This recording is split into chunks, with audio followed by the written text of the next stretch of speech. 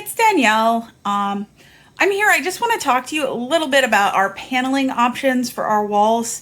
So when I was looking into doing 𝐭𝐡𝐢𝐤, I saw a lot of people saying they were using just paneling on their walls and they weren't using drywall underneath, which is not the correct way to do it.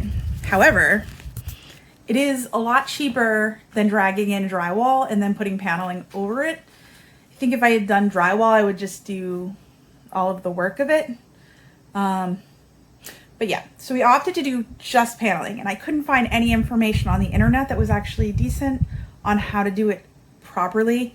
And there is no proper way to do it. So just clarify, you are not supposed to do this. The downfall of using this like this is that when you go to hang something, you can't use drywall anchors. You have to actually find a stud. So it kind of limits you in terms of where you're gonna hang shelves or pictures or anything. But if you know where the studs are, you can hang them directly on the studs. And if you're okay with doing custom shelving or putting up a shelf that you can adjust the width, like sometimes you can buy just the brackets and then put a piece of wood over. If you can do those things, you have the freedom to do that. And it's okay. But there are some downfalls of using this stuff. I'm going to talk about what it looks like and how I installed it.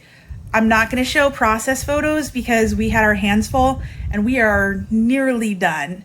But I can tell you what we did, at least. So if you're looking into this, you can, you can kind of figure out what you need to do. Okay, so the first thing, let me give you a look what this looks like so far. You see we have some extra panels here.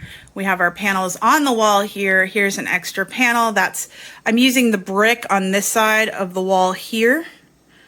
And that was just so I could have a different look to photograph against. So I can photograph against the white or I can photograph against this. One of the reasons I liked paneling as a blogger is because I do take photos, and usually I like to have a couple different styles of photos. So if I have a couple different backdrops, it's a nice thing to have.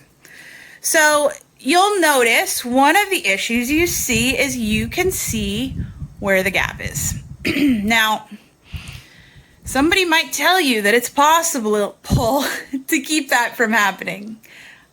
I don't know that it is. It just is what it is. However, we are going to caulk in here with white caulk. I have no idea how we're going to do it for these ones. Probably also white caulk, but we'll figure it out when we get there. The corners, there is a fairly substantial gap. Again, you can caulk it, which would be your cheaper option. However, I purchased these vinyl corner trim pieces at Home Depot. We're gonna pop those in the corner and just put some finishing nails in there to hold them on. We're not to that point yet, so I don't want to touch it. We've got to put baseboards on. We're going to put them down here. The one thing I'd recommend, if you can, is instead of leaving it directly on the floor, it wouldn't be a bad idea to maybe put a strip of thin wood at the bottom and raise these up. If they get wet, they will break down very quickly. So something like this, which, if you have any water on your floors or anything, you could damage the bottom of your panel and have to remove and replace your panel. Obviously, that's not something you're going to want to do. If you can put a piece of wood at the bottom and then put this above it, that would be smart. These will get trimmed out, so all of our windows will have trim on the inside. I'll have to pull off some of this foam. It'll have trim on the inside and the outside to kind of cover up that. It'll make it look nicer. So the main thing with installing these is you want to start from one corner and work to the next. When you're doing it, as you run across outlets, windows, doors, whatever you have, you need to measure properly and cut out around that area. Oh, I don't have it up. So I have this one here. On this side, we actually measured incorrectly, and there's a big gap. We're going to have to trim that out and just cover it up. Not a huge issue, but, obviously you don't want to have to do that. Actually, we messed up here as well. You could see that went up a little high. However, again, our trim is going to cover that. This is our, this is our trim right here. So that's our baseboard. So you have some flexibility. You can hide a lot of imperfections if you need to, but again, so The other thing to consider is you can't just, you see how this seam right here is over an area without a stud. So if it happens to fall on a stud, which that one doesn't, but let's just go with it. If it happens to fall on a stud, you can kind of overlap them there and nail it right to the stud, but you need something to nail the panels to on the edge.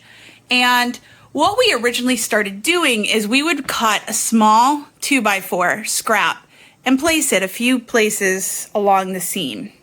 This works pretty well to stabilize it so you don't have a floppy wall.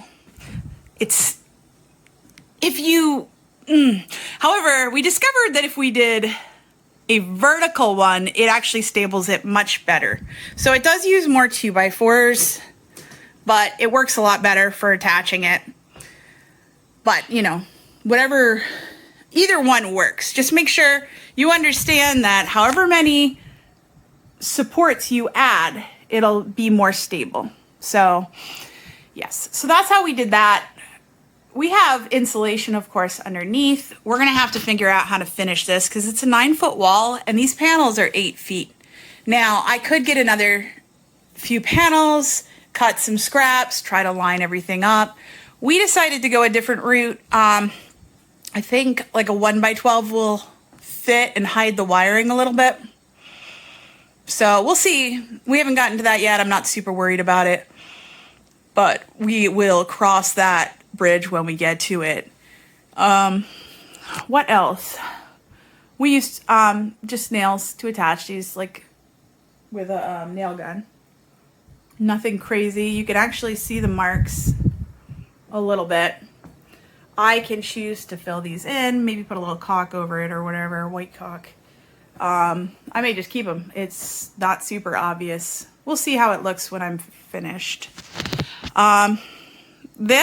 These ones were a little bit more expensive, so that's why I went with predominantly white with just a few panels of these rather than doing a big wall with this. I also feel like it might be a little bit more difficult to cut. It's a little, I don't know if I want to say thicker. They're both kind of thick, but it seems like with the texture, it might be a little more difficult to cut. These, I believe you can paint either of them or any of them. But I'm hoping to get away with not doing that at all. But you can see. And when you're picking these out, make sure you grab ones that aren't damaged. So in this case, I want to say, I don't know, my husband picked these out. So you can see there's a little damage there. We'll probably flip that upside down and make sure that's on the bottom where the baseboard will cover it. Now, the baseboard, you can see the baseboard. I actually bought the expensive $10 a piece PVC baseboard, so I don't have to do any work on this besides attaching them and matching them up together.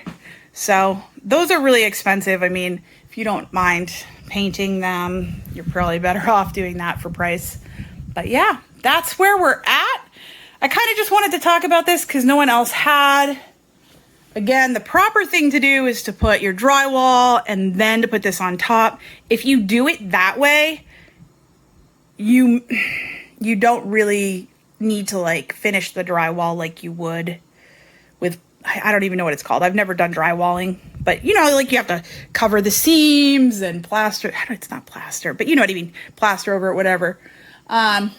We still have a few more areas. We're still trying to figure out how we want to address this so we can keep this area open, because we are going to possibly add a pool at some point. And the plan was to run it off this. The electrician planned for that, like made sure it was enough power coming in so we could do that at some point. Nothing set up for a pool yet, so we'll eventually need to get in this wall. So we're just trying to figure out how we want to cover that up. I think we'll probably use a panel, but we'll see what everything looks like. Anyways, I hope this was helpful. Thanks so much for watching and have a great day.